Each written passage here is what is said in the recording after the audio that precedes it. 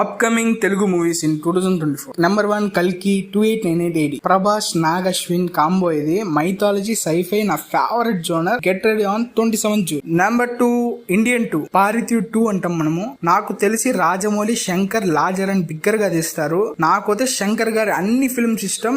చాలా బాగుంటుంది screen play. ఇంకా get ready on 12th July. Number 3 double iSmart Shankar. Puri పని అయిపోయింది అంటున్నారు, కానీ నాకు ఒక చిన్న ఆశ ఉంది.